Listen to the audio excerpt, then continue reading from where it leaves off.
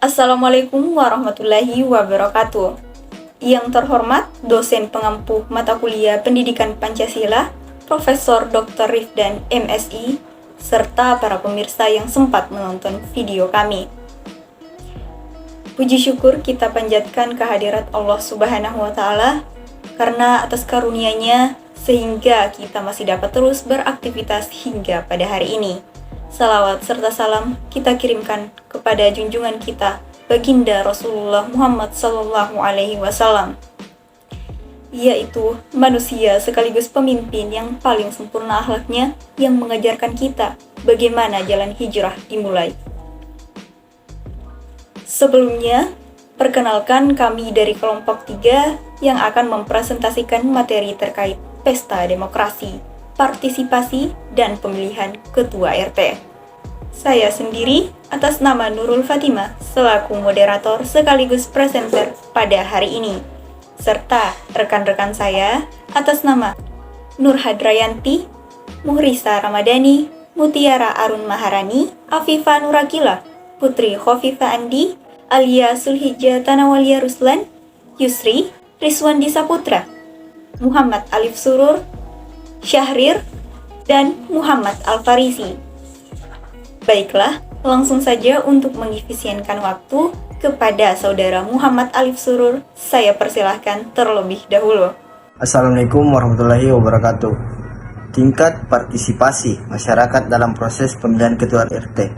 Yang pertama, pendidikan politik rakyat. Motivasi memilih atau tidak memilih tersebut lebih cenderung pada kepentingan politik semata. Dengan mengabaikan hal ini, seperti politik pendidikan rakyat, istilah pendidikan politik sering disamakan dengan istilah sosialisasi politik, yang secara harfiah berarti sosialisasi politik. Dengan kata lain, sosialisasi politik adalah pendidikan politik dalam arti sempit. Sosialisasi politik terbagi dua, yaitu pendidikan politik dan indoktrinasi politik. Yang kedua, memaksimalkan fungsi partai politik. Tujuan parpol adalah untuk mencari dan mempertahankan kekuasaan guna melaksanakan atau mewujudkan program-program yang telah mereka susun sesuai dengan ideologi tertentu. Oleh karena itu, maka untuk mencapai keuntungan tersebut, maka partai politik memiliki fungsi. Baik, selanjutnya akan dilanjutkan oleh rekan saya. Faktor yang mempengaruhi partisipasi pemilihan RT. Yang pertama, kesadaran politik. Kesadaran politik adalah kesadaran warga negara akan hak dan kewajibannya. Faktor kesadaran politik sangat mempengaruhi partisipasi pemilih. Kurangnya kesadaran akan hak dan kewajiban sebagai warga negara Indonesia akan mengalami sikap apatis, di mana masyarakat tidak peduli dengan kegiatan penyelenggaraan pilkada di daerahnya. Yang kedua yaitu kepercayaan terhadap pemerintah. Keyakinan politik berkaitan dengan pendapat orang tentang hal-hal yang diciptakan oleh sistem, seperti politisasi, sistem politik, dan institusi. Kurangnya kepercayaan masyarakat terhadap pemerintah mengakibatkan masyarakat sudah tidak mau memilih kembali. Yang ketiga, faktor sosial. Faktor sosial menyangkut status kelompok, ras, etnis, dan agama seseorang. Faktor sosial dapat mempengaruhi partisipasi pemilih disebabkan dengan adanya lingkungan kelompok orang yang memahami tentang politik bisa dipercaya oleh masyarakat. Yang keempat adalah faktor ekonomi. Faktor ekonomi adalah suatu tingkatan yang dimiliki oleh seseorang yang didasarkan pada kemampuan dalam memenuhi kebutuhan sehari-hari dari penghasilan atau pendapatan yang diperoleh sehingga mempunyai peranan pada status sosial seseorang dalam struktur masyarakat. Partisipasi aktif masyarakat dalam pemilihan ketua RT memiliki peran penting dalam memperkuat demokrasi di lingkungan kita. Yang akan saya paparkan adalah alasan mengapa partisipasi tersebut sangat penting. Alasan yang pertama adalah pemberdayaan masyarakat. Pemilihan ketua RT yang melibatkan partisipasi aktif masyarakat memungkinkan warga untuk terlibat langsung dalam proses pengambilan keputusan yang mempengaruhi kehidupan sehari-hari mereka. Ini memperkuat konsep pemberdayaan masyarakat dan memberi mereka suara dalam mengelola perencanaan lingkungan tempat tinggal mereka. Yang kedua, representasi dan kepentingan warga. Dengan partisipasi aktif dalam pemilihan ketua RT, masyarakat memiliki kesempatan untuk memilih pemimpin yang mewakili kepentingan dan aspirasi mereka. Pemimpin yang dipilih secara demokratis akan lebih cenderung memperhatikan masalah yang dihadapi oleh warga dan berupaya untuk mencari solusi yang memadai. Ini membantu membangun hubungan saling percaya antara pemimpin dan masyarakat. Dan yang ketiga adalah pengambilan keputusan yang lebih baik. Dalam proses pemilihan ketua RT, masyarakat dapat mengumpulkan informasi tentang calon dan membandingkan visi, pemikiran, dan rencana kerja mereka. Dengan adanya partisipasi aktif, masyarakat dapat melakukan diskusi dan berbagi pandangan mereka. Ini akan membantu dalam pengambilan keputusan yang lebih baik karena berbagai perspektif dan ide dapat diajukan serta diintegrasikan dalam kebijakan dan program yang diimplementasikan oleh ketua RT yang terpilih. Yang keempat adalah tanggung jawab bersama. Melalui partisipasi aktif dalam pemilihan ketua RT, masyarakat dapat merasakan tanggung jawab bersama dalam menjaga ketertiban, kebersihan, keamanan, dan kesejahteraan lingkungan tempat tinggal mereka. Pemilihan ketua RT yang berpartisipasi aktif mendorong kolaborasi dan kerjasama antara warga yang penting untuk mencapai tujuan bersama dan memperkuat ikatan sosial di masyarakat. Dan yang terakhir, yang kelima adalah pendidikan demokrasi. Partisipasi aktif dalam pemilihan ketua RT memberikan kesempatan bagi masyarakat untuk terlibat dalam proses demokrasi di tingkat yang lebih rendah. Ini membantu meningkatkan pemahaman dan kesadaran mereka tentang nilai-nilai demokrasi, hak-hak dan kewajiban sebagai warga negara, serta pentingnya partisipasi politik. Semakin banyak masyarakat yang terlibat dalam pemilihan RT, semakin besar kesadaran demokrasi yang akan terbangun dalam masyarakat. Dalam rangka memperkuat demokrasi dan lingkungan kita, partisipasi aktif masyarakat dalam pemilihan ketua RT sangat penting. Ini memperdayakan warga, menciptakan representasi yang lebih baik, mempromosikan pengambilan keputusan yang lebih baik, membangun tanggung jawab bersama, dan membantu pendidikan demokrasi. Baiklah, materi selanjutnya yang menyangkut pada partisipasi dan pemilihan ketua RT adalah kendala dan tantangan dalam proses demokratisasi dalam pemilihan ketua RT. Yang pertama, tingkat pendidikan yang masih kurang dalam memahami kedisiplinan dalam bermasyarakat dan bermusyawarah, di mana masih kurangnya pendidikan umum yang cukup bermutu yang dapat menimbulkan pandangan yang lebih luas terhadap kehidupan tentang kesadaran dalam kedisiplinan. Kedua, rendahnya tingkat kesadaran akan hukum dan perundang-undangan yang ada di Indonesia. Kesadaran hukum di lingkungan masyarakat terhadap Pancasila maupun undang-undang masih dibilang belum merata dan menyeluruh, sehingga biasanya mengakibatkan penyalahgunaan wewenang yang biasa disebut dengan main hakim sendiri. Ketiga, tingkat kesejahteraan masyarakat yang relatif rendah. Tidak bisa dipungkiri bahwa di arena pertarungan lingkungan masyarakat banyak yang beradu, berkompetisi untuk mendapatkan apa yang mereka inginkan, sehingga mereka menjadi lapar dan menjadi tameng akan prinsip kejayaan yang mereka coba tawarkan. Keempat, pengaruh feudalisme dan paternalistik. Ketiga, sikap pesimis dan skeptik terhadap demokrasi. Yang terakhir adalah isu SARA sebagai alat kelemahan eksistensi demokrasi. Di masyarakat Indonesia masih sering terjadi gejolak SARA, di mana SARA itu adalah suku, agama, ras, dan kepercayaan, sehingga menimbulkan keresahan sosial dan dapat mengakibatkan kesenjangan politik. Itu saja materi yang saya sampaikan. Materi selanjutnya dan seterusnya akan dilanjutkan oleh teman saya. Baik, terima kasih. Selanjutnya saya akan membahas terkait bagaimana sih cara meningkatkan kesadaran dan partisipasi masyarakat dalam pemilihan ketua RT sebagai bentuk penguatan demokrasi di lingkungan kita. Nah, dalam hal ini ada beberapa hal yang dapat dilakukan. Yang pertama yaitu mensosialisasikan dan mendidik masyarakat tentang pentingnya berpartisipasi dalam pemilihan ketua RT. Hal ini tentu saja dapat memberikan kesadaran kepada masyarakat tentang urgensi untuk berpartisipasi dalam kegiatan tersebut. Nah, langkah ini dapat dilakukan dengan melalui acara komunitas, media sosial, ataupun bentuk-bentuk pendekatan lainnya. Kemudian yang kedua adalah aktif mengkomunikasikan program pemerintah. Dalam hal ini, Ketua RT dan Ketua RW selaku penghubung antara masyarakat dan pemerintah bertugas untuk mengkomunikasikan secara aktif terkait dengan kebijakan-kebijakan ataupun program-program dari pemerintah, pun menyampaikan aspirasi masyarakat kepada pemerintah. Selanjutnya, yang ketiga adalah memperluas partisipasi bagi masyarakat, baik untuk mencalonkan diri selaku ketua RT ataupun mencalonkan orang lain, dan yang tak kalah pentingnya adalah untuk menjadi pemilih. Hal ini tentunya dapat didukung dengan memilih jadwal pelaksanaan yang fleksibel sehingga diharapkan seluruh masyarakat dapat berpartisipasi secara maksimal. Kemudian selanjutnya adalah meningkatkan kualitas calon ketua RT. Hal ini dapat dilakukan dengan memberikan pelatihan-pelatihan atau kelas-kelas terkait bagaimana manajemen menjadi ketua RT yang baik serta manajemen kepemimpinan yang baik. Nah, selanjutnya yang kelima adalah memastikan proses pemilihan ini inklusif dan dapat diakses oleh seluruh lapisan masyarakat.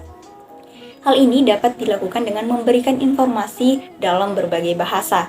Kemudian, memastikan bahwa lokasi pemilu dapat diakses oleh penyandang disabilitas dan memberikan bantuan kepada mereka yang membutuhkan. Kemudian selanjutnya adalah memberikan pedoman dan aturan yang jelas untuk pemilihan ketua RT. Nah, yang terakhir adalah memberikan intensif. Tentu saja dalam hal ini tidak hanya untuk menarik perhatian masyarakat, namun juga agar dapat memberikan manfaat yang benar-benar berguna bagi seluruh lapisan masyarakat, seperti memberikan bantuan sosial dan akses-akses yang dibutuhkan. Itu saja dari saya serahkan kepada presenter selanjutnya. Saya akan melanjutkan materi selanjutnya, yaitu apa peran dan tanggung jawab pemerintah dan lembaga terkait dalam memastikan proses demokratisasi yang adil dan transparan dalam pemilihan ketua RT. Peran dan tanggung jawab pemerintah yang pertama yaitu mengatur dan menyediakan kerangka hukum yang jelas dan transparan. Yang kedua, memastikan bahwa semua warga negara memiliki hak yang sama untuk berpartisipasi dalam proses pemilihan dan tidak ada diskriminasi yang terjadi. Dan yang ketiga, mendorong dan memfasilitasi partisipasi masyarakat dalam pemilihan melalui penyediaan informasi yang jelas. Yang keempat, menjamin kebebasan berpendapat, berekspresi, dan berkumpul selama proses pemilihan itu berlangsung. Dan yang kelima, membentuk lembaga independen yang bertanggung jawab atas pengawasan dan pelaksanaan pemilihan ketua RT. Dan selanjutnya peran dan tanggung jawab Komisi Pemilihan Umum atau KPU. Yang pertama yaitu menyusun aturan dan pedoman teknis yang jelas untuk pelaksanaan pemilihan ketua RT. Kedua, memastikan bahwa pemilihan dilakukan secara terbuka dan transparan. Yang ketiga, melakukan sosialisasi dan pendidikan pemilih untuk meningkatkan pemahaman masyarakat. Yang keempat, mengawasi jalannya proses pemilihan dan menangani keluhan atau sengketa yang mungkin timbul. Dan yang terakhir, melakukan penghitungan suara secara akurat dan mengumumkan hasil pemilihan secara terbuka. Sekian dari saya. Assalamualaikum warahmatullahi wabarakatuh. Baik, di sini saya akan melanjutkan materinya. Materi yang akan saya bahas yaitu bagaimana cara memberdayakan masyarakat agar lebih aktif dan terlibat dalam pemilihan ketua RT guna meningkatkan partisipasi demokratis. Dalam memberdayakan masyarakat untuk lebih aktif dan terlibat dalam pemilihan ketua RT dapat dilakukan melalui beberapa pendekatan, seperti yang pertama, mendorong partisipasi melalui penyuluhan dan edukasi tentang pentingnya peran aktif dalam pembangunan dan pengambilan keputusan di tingkat RT. Hal ini meliputi penjelasan mengenai tanggung jawab dan wewenang ketua RT, manfaat partisipasi aktif dalam pengambilan keputusan, serta dampak yang dapat dicapai melalui keterlibatan masyarakat dalam RT. Yang kedua yaitu membuat forum atau mekanisme yang memungkinkan masyarakat untuk menyampaikan aspirasi, masukan, dan kebutuhan mereka terkait pemilihan ketua RT. Dalam hal ini, masyarakat dapat merasa lebih didengar dan terlibat dalam proses pengambilan keputusan, dan hal ini dapat dilakukan melalui pertemuan publik, forum diskusi, atau platform online yang memungkinkan masyarakat untuk memberikan kontribusi secara aktif. Yang ketiga yaitu membentuk kelompok kerja atau komite pemilihan masyarakat yang melibatkan berbagai anggota masyarakat dalam proses perencanaan dan pelaksanaan pemilihan ketua RT.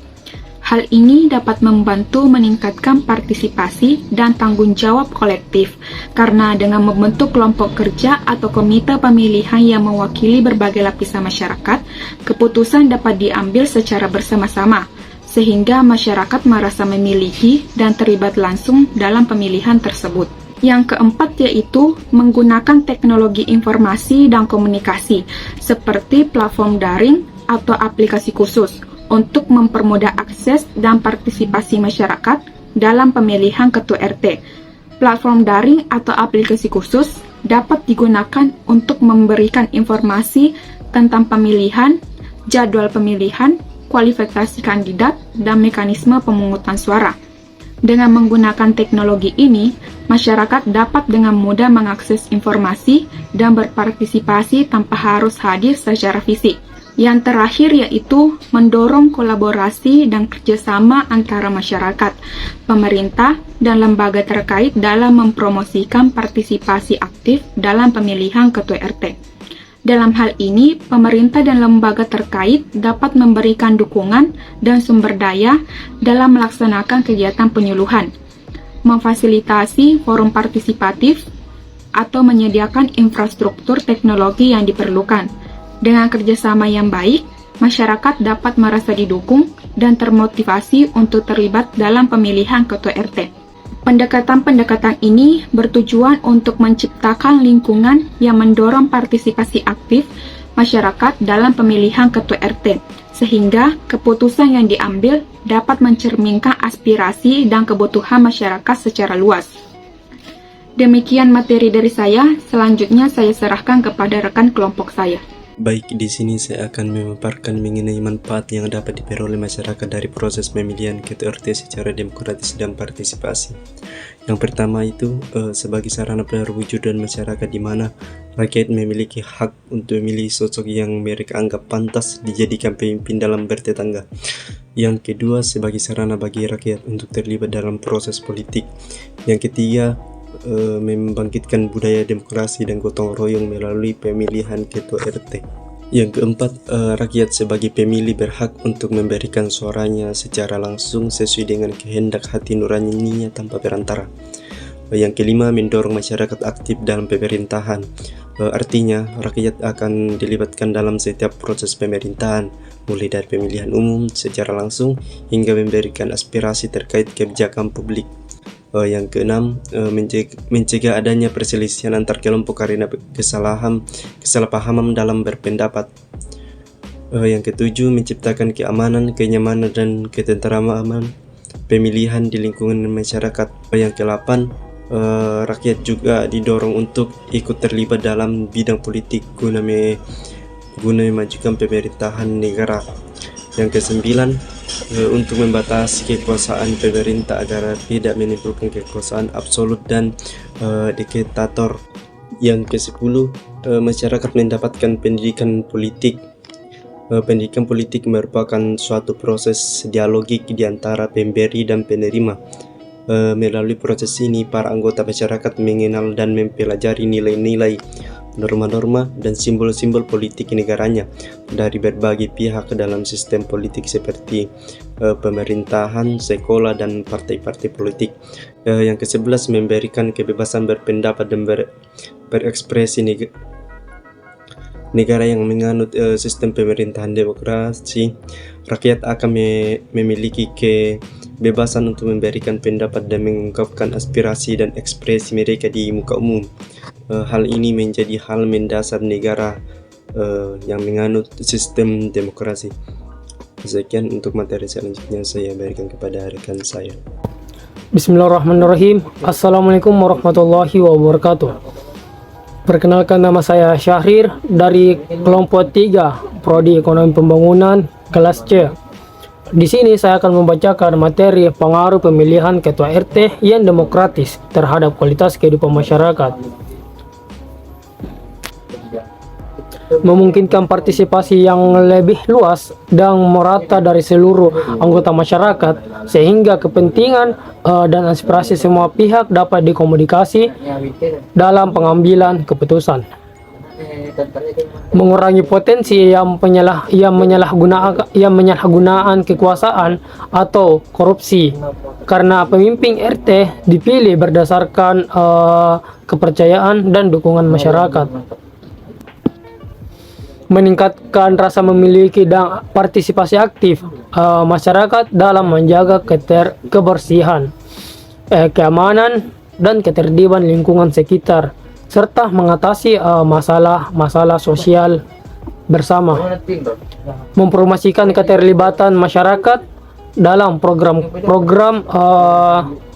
pembangunan, kegiatan sosial, dan pengambilan keputusan yang mempengaruhi kualitas hidup mereka. Mendorong transparansi, akuntabilitas, dan integritas dalam pengelolaan sumber daya dan penyelenggaraan publik di tingkat RT. Mungkin itu saja yang bisa saya sampaikan.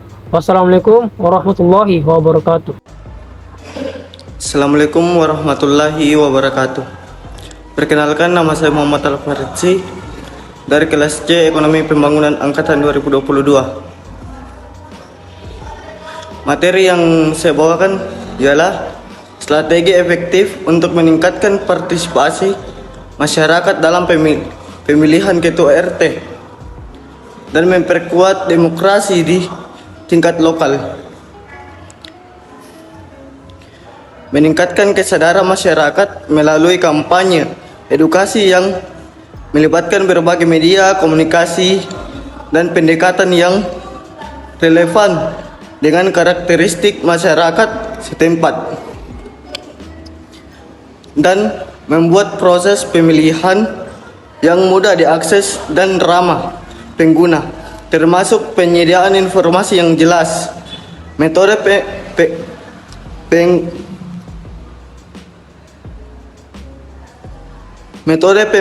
pemungutan suara yang efisien, dan tempat-tempat pemilihan yang terjangkau dan aman.